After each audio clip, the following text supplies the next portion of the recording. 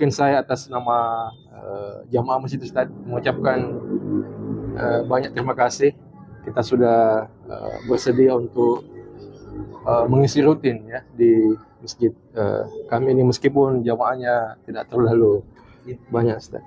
Ya, sebenarnya kita beruntung ini Pak, karena kalau di jamaahnya beliau tuh banyak sekali.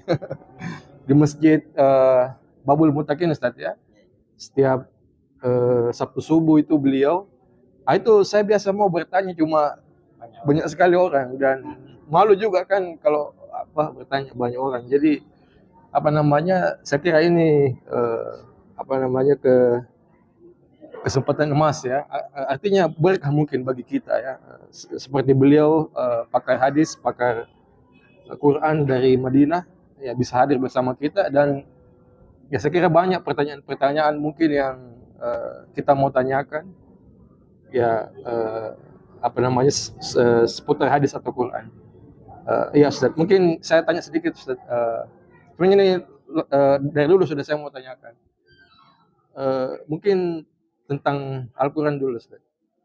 Apa kira-kira hikmahnya itu, kenapa Al-Quran di awal-awal surah itu, dari surah Al-Baqarah sampai surah ke juz 15 sampai juz berapa itu ayat yang panjang-panjang Ustaz. Dan sampai ujung-ujung Quran itu semakin pendek kan. Nah, sampai akhir Quran kan surah An-Nas kan pendek-pendek Ustaz.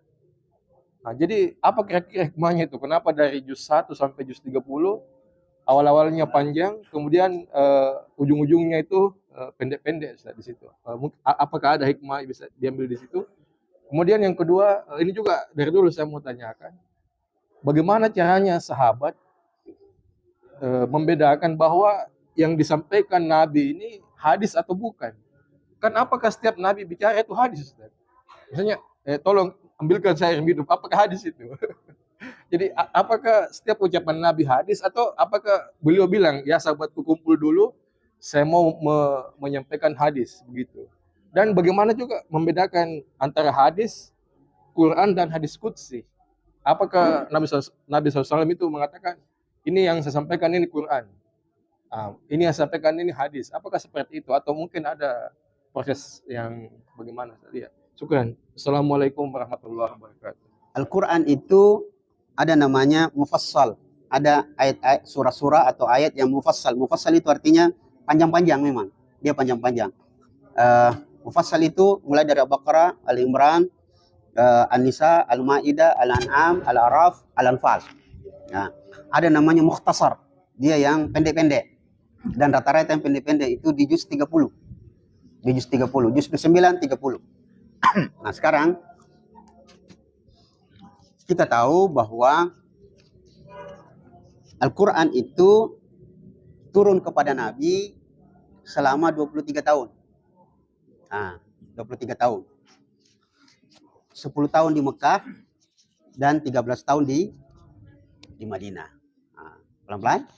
Kemudian ayat-ayat yang turun di Mekah itu semuanya berhubungan dengan masalah akidah, masalah tauhid, pengesaan Allah Subhanahu wa taala. Jadi ayat-ayatnya ayat-ayat dakwah. Makanya dia pendek-pendek. Isinya pendek-pendek. Ayat-ayat yang turun di Madinah itu sudah ayat-ayat hukum. Jadi hukum-hukum itu semuanya turun di Madinah, dan hukum itu rata-rata panjang. Ya, rata-rata panjang. Nah, seperti itulah, makanya dia pendek karena dia mau disampaikan pelan-pelan saja, pelan-pelan, bahwa esakanlah Allah. Ya, kita diperintah untuk menyembahnya, mengesahkan. Selesai, begitu saja. Begitu saja. Makanya dia pendek-pendek. Qul huwallahu ahad, Allahus samad, begitu seterusnya. Qul a'udzu birabbin nas, begitu. Nah, dia masalah akidah yang rata-rata kalau kita bicara akidah itu maksudnya masalah keimanan, ya Pak ya. Masalah iman itu berarti masalah hati. Nah, masalah hati itu tidak bisa disentuh dengan omongan yang terlalu banyak. Kalau orang mau menasehati hatinya orang pelan-pelan, dia pendek-pendek, jangki begitu. Nah, aja mau pokoro Begitu saja, dia pendek-pendek. Kalau dia masalah hukum panjang. Makanya hukum pidana, hukum perdata itu panjang dia, kitab undang-undangnya. Itu hikmahnya. Kalau dia panjang, itu turunnya di Madinah dan rata-rata sudah berhubungan dengan masalah hukum. Baik, bagaimana membedakan antara Quran, hadis, dan hadis qudsi?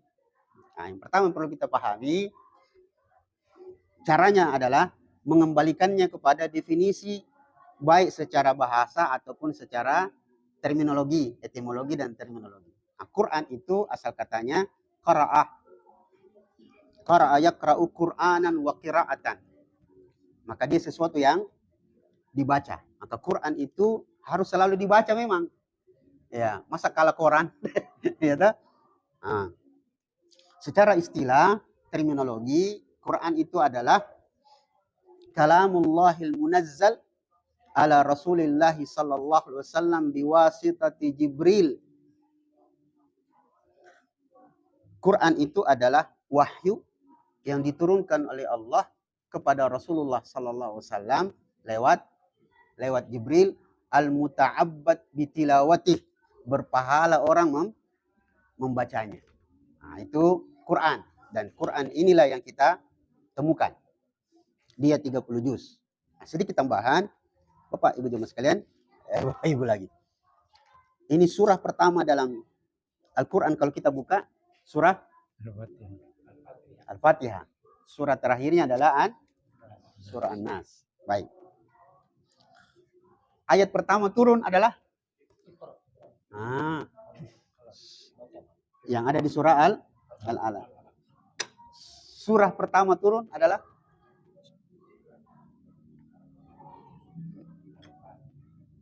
bukan. Surah pertama turun adalah Al-Mudaththir. Al-Mudaththir. Ya.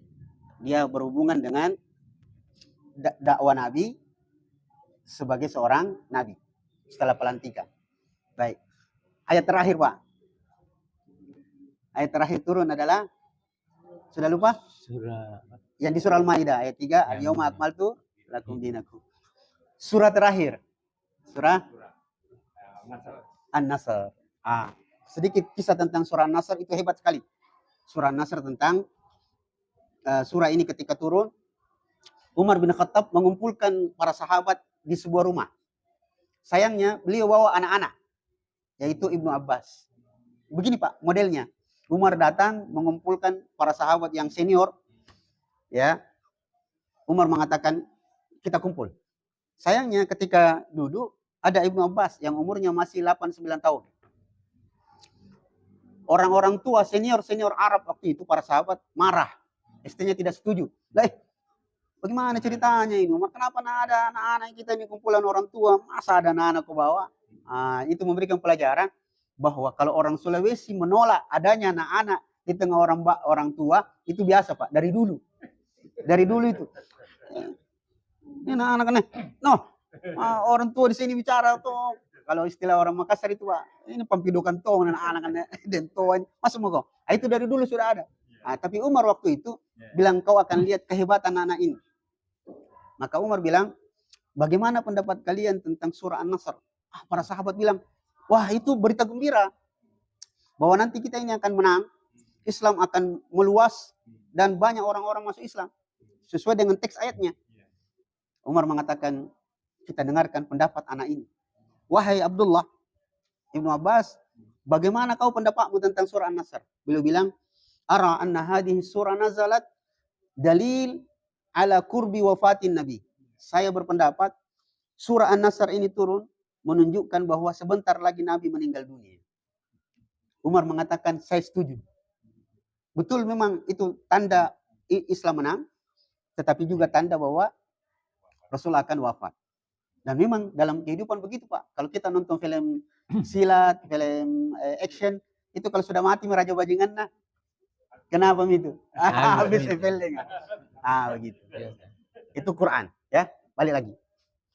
Hadis adalah, itu dalam sisi bahasa adalah asal kalimatnya haddatsa yuhadditsu tahdits. Omongan. Yang biasa dalam bahasa lain hadis itu disebut sebagai khabar. dia kabar. Maka definisi hadis adalah kullu ma udhifa ila nabi sallallahu alaihi wasallam. Dan terima kasih pertanyaan tak. Ini nanti isinya sangat penting. Kullu ma udhifa ila nabi sallallahu alaihi wasallam min aqwalin wa af'alin wa taqririn wa sifatin khuluqiyatin kanat au khalqiyah. Hadis itu definisinya adalah semua yang dinisbatkan kepada Nabi, baik berupa ucapannya, baik berupa perbuatannya, baik berupa sifat-sifatnya, baik sifat itu berupa sifat fisik beliau atau sifat akhlak beliau. Nah, apa manfaat penting untuk kita? Bapak pernah dengar orang-orang liberal itu bilang, itu Abu Hurairah tidak mungkin bisa menghafal hadis yang sampai ribuan. Sedangkan 2 tahun beliau hidup dengan Nabi. Dia menyangka bahwa hadis itu sekedar ucapan. Enggak. Hadis itu adalah apa saja yang disandarkan kepada Nabi. Perbuatannya, diamnya beliau, sifat-sifatnya beliau, itu adalah hadis. Maka wajar kalau hadis itu terkumpul sampai ribuan. Sampai puluhan ribu. Ya, karena bukan sekedar ucapannya Nabi. Kalau ucapan, sedikit itu. Itulah hadis. Jadi semua yang pernah diucapkan Nabi itu adalah hadis. Nah, hadis qudsi dia adalah firman Allah yang diriwayatkan oleh Nabi langsung dari Allah. Jadi Nabi bilang, qala Rasulullah sallallahu alaihi wasallam. Jadi kalau datang periwayat, qala Rasulullah sallam an rabbihi. Dari Tuhannya. Itulah hadis qudsi. Bedanya Quran dengan hadis qudsi, Quran mutawatir. Tidak ada yang salah, tidak ada yang lemah. Dia mutawatir, lebih tinggi tingkatannya daripada sahih. Adapun hadis qudsi, ada hadis qudsi yang lemah, ada yang kuat karena dia diriwayatkan oleh Nabi dari Allah kemudian kepada para sahabat. Sedangkan Quran itu tidak ada perantaranya. Ya, dia langsung dari Allah Subhanahu wa taala, semua kalimat-kalimatnya langsung. Seperti itu. Jadi begitu membedakannya. Jadi hadits qudsi juga firman Allah. Kalau dia sahih, maka dia datang dari Allah, tetapi dia beda dengan Quran. Membaca hadits qudsi itu tidak sama dengan membaca Al-Quran. Al-Quran baca satu huruf dapat jaminan pahala. Hadits qudsi dan hadis biasa dari Nabi itu kita hanya akan berpahala ketika mempraktekkan apa maunya. Kalau dibaca dia tidak ada jaminan pahalanya, tidak ada jaminannya. Tapi ketika kita mengamalkannya, maka kita mendapatkan pahala. Atau melakukan perbuatan-perbuatan tertentu yang berhubungan dengan hadis, baru kita dapat pahala. Seperti yang dilakukan oleh Imam Malik. Imam Malik itu setiap kali mau membaca hadis, beliau mandi dulu. Beliau kemudian pakai minyak wangi. Ya, beliau pernah ditanya, kenapa begitu? Dia bilang, saya itu sebagaimana kalau bertemu dengan manusia, saya akan bersiap-siap dengan penampilan yang baik. Maka bagaimana lagi dengan saya akan membaca perkataan-perkataan Nabi SAW. Seperti itu. Jadi hadis Nabi itu dia berpahala, kita berpahala ketika kita melaksanakan apa yang diinginkan oleh hadis itu. Jadi setiap Nabi SAW bicara itu hadis. Iya, semua ucapannya. Itulah sebabnya, sedikit lagi. Kenapa di zaman Abu Bakar ketika didesak oleh para sahabat untuk mengumpulkan Al-Quran, beliau tidak mau. Beliau tidak mau, bilang, saya khawatir karena sekarang para sahabat itu belum berkumpul semuanya. Saya khawatir nanti berkumpul antara ucapan Nabi dengan Al-Quran. Nanti setelah datang Utsman bin Affan, desakan-desakan dari sahabat, ayo kumpulkan, barulah dikumpulkan semuanya. Seperti semua diucapkan Nabi itu hadis. Jadi saya mau tidur, saya mau Iya, semua hadis. iya, itu hadis. Tinggal waktu tinggal 2 menit. Baik Pak, baik, baik. Tinggal 2 menit.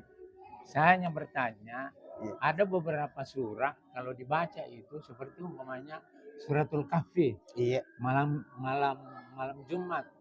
Nah, ada satu surah baru saya dengar dari ada yang menegur itu. Baca surah Al-Anfal. Apa hikmahnya itu? Apa keutamaannya membaca itu? Terima kasih. Yang pertama, sekali lagi kembali ke pertanyaan beliau tadi, membaca Al-Quran itu pasti berpahala. Ya. Satu huruf diberikan satu kebaikan, yang satu kebaikan bi asyri amsalihah, 10 derajat. Nah, kemudian ada memang surah-surah tertentu yang memiliki keutamaan. Ya. Seperti surah Al-Baqarah, enggak apa-apa ya? Ya, Mundur sedikit. Surah Al-Baqarah dan surah Ali Imran. Surah Al-Baqarah secara khusus Rasulullah mengatakan Iqra'ul Baqarah, baca surah Al-Baqarah, fa inna akhdaha barakah. Membaca surah Al-Baqarah mendatangkan keberkahan hidup. Wa tarkuha khasrah, meninggalkan surah Al-Baqarah sebuah kerugian. Wala yastati'uhal batalah, itu dalam hadis yang sahih.